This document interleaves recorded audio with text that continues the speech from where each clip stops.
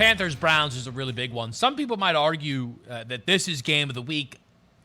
It depends kind of how you determine that justification or that label, rather. But Panthers-Browns is a 2.5-point spread now, so the line has moved a little bit.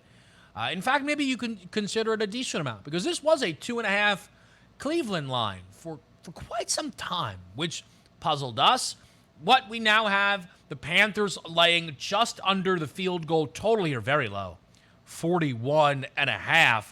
We're getting closer to this game, Donnie, although I think I'm going to try and continue to hold off the full analysis as long as I can because, boy, am I flip-flopping in terms of how I think this one will play out.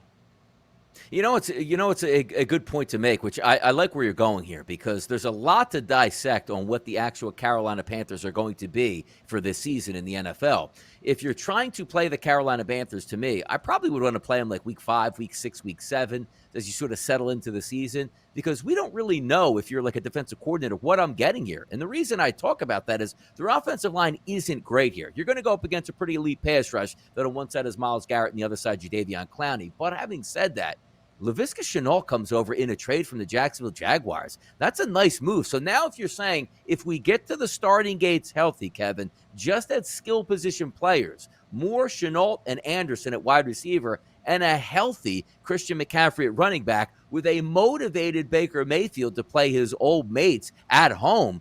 And as I said, you want to play them later in the season, let's just say they don't have a great record. So I'm not expecting big things from the Carolina Panthers overall. But the fans, they'll be excited week 1. Baker Mayfield, he'll be excited week 1. And getting the Panthers where, oh my goodness, Christian McCaffrey is healthy, that's a weapon here. So the more I look at this game, I say to myself, it used to be when opened up Cleveland Browns -3, -4, and that's even before we knew exactly what was going to happen with Deshaun Watson. We figured he'd be out, but never in my wildest dreams did I think maybe we open up on game day, Kevin, and the Panthers are a 3-point favorite here. And I'm saying, you know what? It makes sense, and I'm taking Carolina.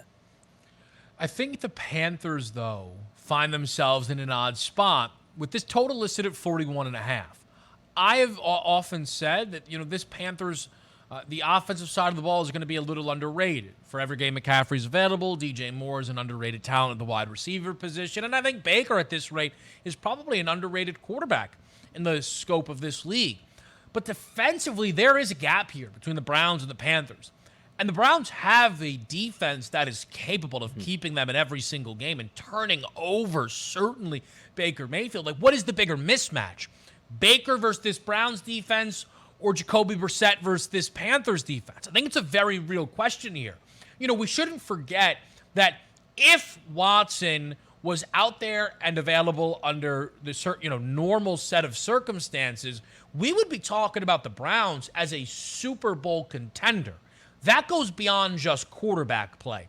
A very talented roster there, all in all. We're going to find out a ton about both of these football teams early, but really the Browns, who a lot of people think could stay afloat while they're without Watson for 11 games. We're going to find out right away against the Carolina Panthers.